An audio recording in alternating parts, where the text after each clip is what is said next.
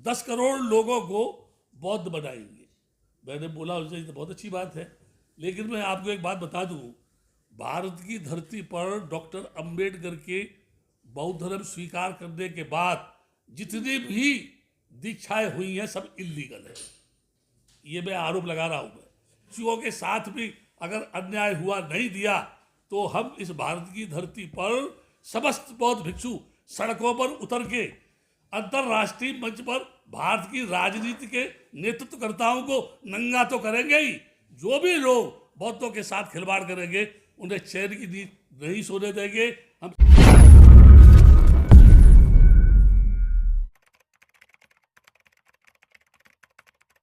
उपस्थित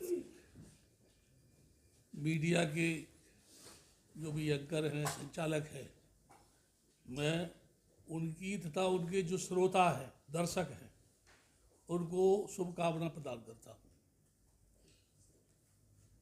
आज का ये जो मुद्दा रखा यहाँ पर कि बौद्ध भिक्षुओं को भी अन्य पुजारियों की तरह से 18,000 रुपया महीना वेतन मिलना चाहिए, सहायता मिलना चाहिए। मैं यहाँ ये एक बात कहना चाहता हूँ, भारत का संविधान फंडामेंटल राइट के अंतर्गत सभी धर्म, सभी मजहब, सभी संप्रदाय के लोगों को स्वतंत्र रूप से उनके क्रियाकलाप करने का यानी अधिकार देता है। मैं ये कह सकता हूँ कि जब से ये देश स्वतंत्र हुआ है तब से नहीं, उससे पहले से ही भारत की धरती पर बौद्धों के अधिकारों का हनन ही नहीं हो रहा, बौद्ध भिक्षुओं की हत्या तक भी हुई है। इसलिए मैं ये कह सकता हूँ ये कोई नई बात नहीं है। भारत की जो राजनीति है वो बुद्ध के दर्शन के खिलाफ है, और राजनीतिक हमारे देश के बेनकाब वो लोग हैं, नकाब पहने हुए हैं, जो बाहर जाके कहते हैं कि मैं बुद्ध की धरती से आया हूँ, और वहाँ से पैसा लेकर के भारत की धरती पर सनातनी संस्कृति का स्थापना करने का ढोंग करते हैं। मैं ये कहूँगा कि जब उन्होंने ये घोषणा की कि 18,000 रुपया हम मंदिर के या उनको गुरुद्वारे के लोगों को देंगे, और बौद्ध भिक्षुओं ने इस पर मांग की, तो ये समझने की चीज़ है मीडिया के लोगों को, पुलिस किसकी है, होम मिनिस्टर कौन है। एक तरफ आप पार्टी द्वारा घोषणा करना, फिर मुख्यमंत्री का नहीं मिलना, ये दर्शाता है कि उन्हें बौद्धों से कितनी हमदर्दी है। दूसरी तरफ जो धर्मनिरपेक्षता की बात करते हैं, 50 और 1000 करोड़ मजहब धर्म के नाम पर भारत की धरती पर खर्च किया जाता है, वो उनके बाप का पैसा नहीं है, वो उनकी संपत्ति नहीं है, वो उनकी जमींदारी नहीं है, लेकिन वही भारत के बौद्ध भिक्षुओं के साथ इस तरह का व्यवहार होता है। एक सबसे अच्छा मैं उदाहरण आपको देना चाहता हूँ। राम मंदिर की कहानी आपने सुनी है, सब जानते हैं। बाबरी मस्जिद का झगड़ा कितना पुराना था। सरकार आई, विदिन 1 मंथ उसको सॉल्व कर दिया। दुनिया सब जानती है कि बुद्ध गया का महाबोधि विहार बौद्धों का है, लेकिन सरकार बौद्धों के उस महाबोधि टेम्पल को बौद्धों के हाथ में नहीं देना चाहती है। यानी मैं ये कह सकता हूं आप सभी से जो है कि जितनी डिबेट होती है नेशनल लेवल पर, जितने लोग वहाँ बैठा ले जाते हैं, मैं नहीं जानता वो भाग खा के बैठते हैं या चर्च पी के बैठते हैं, जो चर्चा करते हैं हजारों साल की, 5,000 की, 10,000 की, वो स्थापित करते हैं किस किस देवी देवता की, मैं उसमें नहीं जाना चाहता हूँ। लेकिन मैं एक बात ये कह रहा हूँ, उस डिबेट में भारत की धरती पर कोई भी चैनल किसी भी बौद्ध भिक्षु को आमंत्रित क्यों नहीं करता है। एक ये विषय है ये।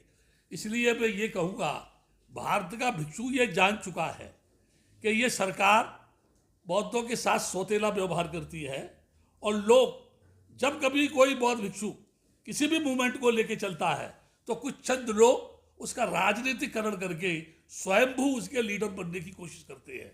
मैं एक एग्जाम्पल दूंगा आपको। कुछ समय पहले, नाम नहीं लूंगा किसी का, जानने वाले जानते होंगे, मुझसे ये कहा गया, भद्दे जी आप अपने समस्त भिक्षुओं को बुलाए यहाँ पर, हम उनसे कुछ बात करना चाहते हैं। मैंने भिक्षुओं को बुलाया, बातचीत हुई। वो कहने लगे हम 10,000 करोड़ लोगों को 10 करोड़ लोगों को बौद्ध बनाएंगे।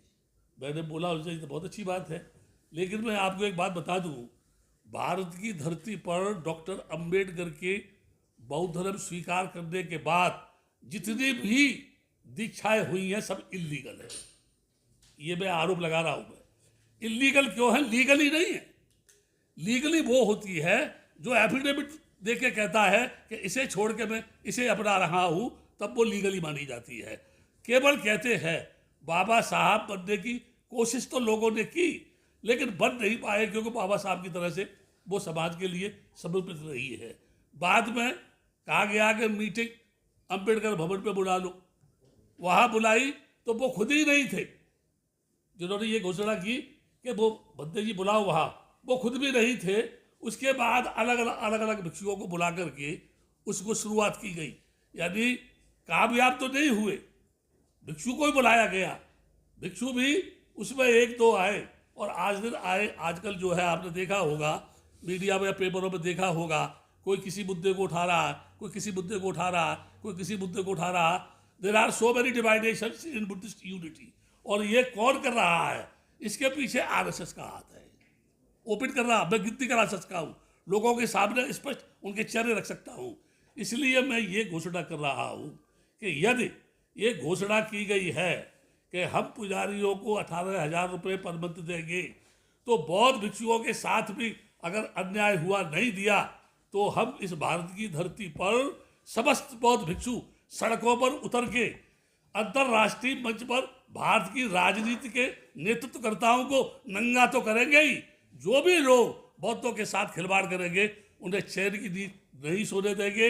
हम शांतवादी है, शांति के पथ पर चलकर अपनी समस्या का निराकरण कराने का प्रयास करेंगे। हो गया आपका? हो गया? अभी हमारे साथ मैं ये एक बात कहना चाहता हूँ, भारत का संविधान फंडामेंटल राइट के अंतर्गत सभी धर्म, सभी मजहब, सभी संप्रदाय के लोगों को स्वतंत्र रूप से उनके क्रियाकलाप करने का यानी अधिकार देता है। मैं ये कह सकता हूँ कि जब से ये देश स्वतंत्र हुआ है, तब से नहीं, उससे पहले से ही भारत की धरती पर बौद्धों के अधिकारों का हनन ही नहीं हो रहा, बौद्ध भिक्षुओं की हत्या तक भी हुई है। इसलिए मैं ये कह सकता हूँ ये कोई नई बात नहीं है।